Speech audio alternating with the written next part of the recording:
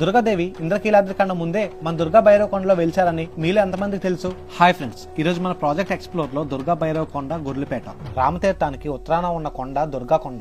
దాని పశ్చిమ స్థావరంలో ఉన్న సహజమైన గుహల్లో ఉన్న ఆ దేవత విగ్రహాన్ని చూసి ఆ పేరు పెట్టారు. త్రేతాయుగంలో శ్రీ దుర్గాదేవి ఇక్కడ నివసించేవారని, శ్రీరాముడు వనవాసం సమయంలో ఈ ప్రదేశంలో కొన్ని రోజులు ఉండేవారని స్థానికుల ద్వారా తెలుసుకున్నారు. చాలా దూర ప్రాంతాల నుంచి ప్రజలు ఇక్కడికి వచ్చి రాముడు మరియు శ్రీ దుర్గాదేవిని దర్శించుకోవడం ప్రారంభించేవారు. ప్రజలు అక్కడికి వస్తుంటే ఆ ప్రదేశంలో ఆహారం కొరత ఏర్పడుతుంది. రాముడు దానికి భయపడి ఇంద్రకీలాద్రి పైకి వెళ్లి స్థిరపడమని శ్రీ దుర్గాదేవిని వేడుకుంటారు మరియు అతను ఆ వైపుకు రానని చెప్పాడు. తరువాత రాముడు ఇక్కడి నుంచి చిత్రకొండ మీదుగా భద్రాచలం వెళ్లారని స్థానికుల కథనం ద్వారా తెలుసుకున్నాం.